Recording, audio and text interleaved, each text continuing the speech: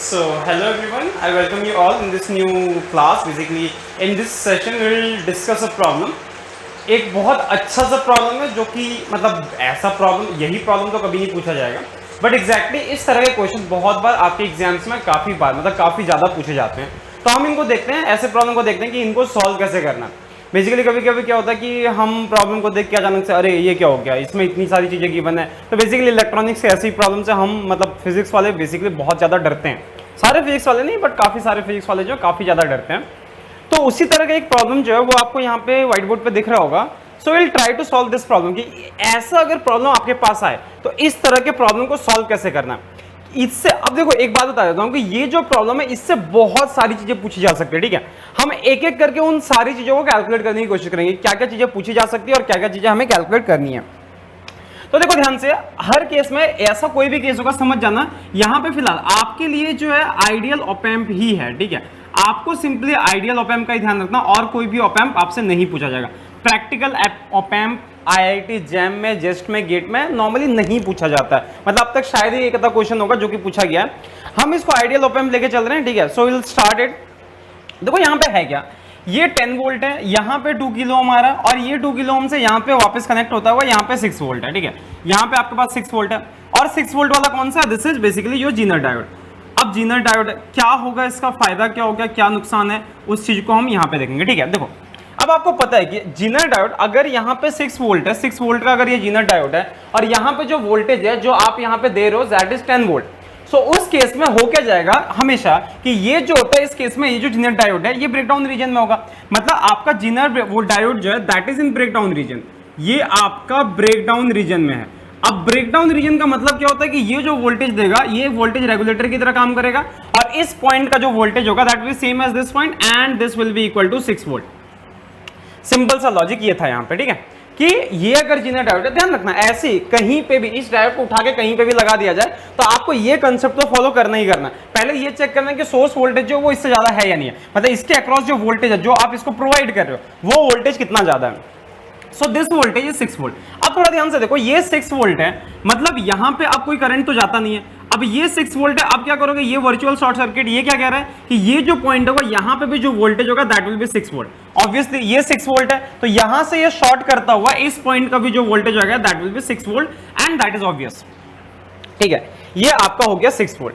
अब देखो पहली बात तो करंट ये इधर से आ रहा, ये हो गया आपका 6 वोल्ट. इसका मतलब अगर आपको मान लो कि ये करंट फाइंड करने को बोल दे, मतलब मान लेते हैं कि उस करंट को कुछ ले देते हैं I1 किलो ओम या फिर IL कर देते हैं इसको. सो IL की वैल्यू क्या हो जाएगी, that will be simply equal to 6 volt divided by 1 kilo ohm. 1 kilo ohm का मतलब 10⁻3. So that will be basically 6 milli ampere. 6 milli ampere किसकी वैल्यू आ गई, IL की. IL आप थोड़ा ध्यान से देखना, ये जो IL है यही IL तो इधर की तरफ आ रहा है ना, सिंपली ये IL जो है वही इधर की तरफ आ रहा है. मतलब आपका ये जो वैल्यू हो गया that is IC sorry this is not IC, this is IE जो हो रहा है वो इधर की तरफ जा रहा है. ठीक है, इसका मतलब आपका IE कितना हो गया और इस वाले में तो कोई करंट फ्लो होना नहीं है, राइट, क्योंकि दोनों का पोटेंशियल जो वो सेम है. मतलब ये जो 6 मिली एम्पियर जो करंट आ रहा है वो ऊपर से आ रहा होगा. इसका मतलब आपका क्या हो गया, IE जो हो गया that will be simply equal to 6 milli ampere. Yes done, आप लोगों का ये वाला पार्ट हो गया. ठीक है, IE जो हो गया दैट इज 6 मिली एम्पियर. अब अगली चीज क्या है, थोड़ा ध्यान से देखना, यहाँ पे आपको बीटा गिवन है. आप यहां से IB कैलकुलेट कर सकते हो, याद है आपको फॉर्मूला. चलिए फॉर्मूले पे आते हैं. हमारा फॉर्मूला क्या होता है कि IC plus IB that is equal to, इसकी अगर बात करें that is equal to simply IE. I hope this part is okay. देखो थोड़ा ध्यान से कि आपका हो क्या रहा है कि IC plus IB that is equal to IE. अब यहां से आप बता दो IC को आप क्या लिखते हो, beta times IB plus IB that is equal to IE. अब यहां से अगर मैं IB आपको लिखने को बोलूं तो IB की वैल्यू क्या हो जाएगी, दैट विल बी सिंपली, इसको इधर कर दो. ठीक है, या IB बीटा प्लस 1 कॉमन आ जाएगा, मतलब सॉरी IB कॉमन तो बीटा प्लस 1 बचेगा. आपका क्या बचेगा, IE plus beta plus 1. IE की वैल्यू कितनी है, 6 मिली एम्पियर. ठीक है, और इसकी जो वैल्यू है बीटा की वैल्यू दैट इज 99 प्लस 1, मतलब ये कितना हो गया 0.06 मिली एम्पियर. ये किसकी वैल्यू होगी, ध्यान से देखो, आपके IB की वैल्यू होगी 0.06 मिली एम्पियर. आपका IB आ गया, आपका IC आ गया, आप IB भी कैलकुलेट कर सकते हो, राइट. सॉरी IB कैलकुलेट कर लिया हमने, IC कैलकुलेट कर सकते हैं. IC के लिए फॉर्मूला कौन सा यूज करना है, सेम ये वाला फॉर्मूला यूज करोगे. IC that is equal to IC equal to plus IB that is equal to IE. इसका मतलब क्या हो गया, IC that is equal to IE minus IB. तो अगर प्रिसाइजली लिखो तो कितना हो जाएगा 6 मिली एम्पियर माइनस 0.06 मतलब 6 minus 0.06 so that will be equal to 5.94 milli ampere. थोड़ा ध्यान से देख लो इस चीज को। I hope this part is also okay. मतलब आपने क्या निकाल दिया, देखो मैंने क्या बोला था, इससे बहुत सारी चीजें आप निकाल सकते हो। आई आपने निकाल लिया, आपने आई बी कैलकुलेट कर लिया, आपने आई सी कैलकुलेट कर लिया, और ये आई सी इधर की तरफ ही आ रहा है ना, राइट। ये आई सी कितना गिवन है आपको 5.94 milli ampere. Done, okay, very good.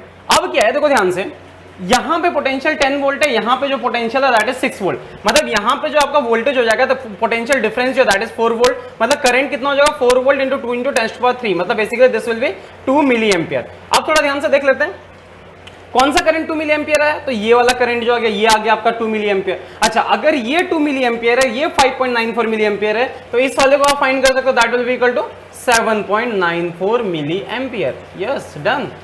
तो ऐसे करके आप बहुत सारे मतलब इस तरह के क्वेश्चंस आते रहते हैं, और अक्सर आपसे ऐसे करंट की वैल्यू या इनकी वैल्यूज कुछ भी आपसे पूछी जा सकती है। अब दूसरा केस, अगर आपसे यहाँ पे इसके अक्रॉस पावर पूछे तो आप पावर बता सकते हो कि इसके अक्रॉस पावर क्या हो गया या इसके अक्रॉस पावर क्या हो गया। तो इस तरह से जो भी क्वेश्चन आए, कोई भी क्वेश्चन आए, तो इसको इस तरह से आप कर सकते हो, ठीक है। सो मिलते हैं अगले क्वेश्चन के साथ बहुत जल्दी, ठीक है।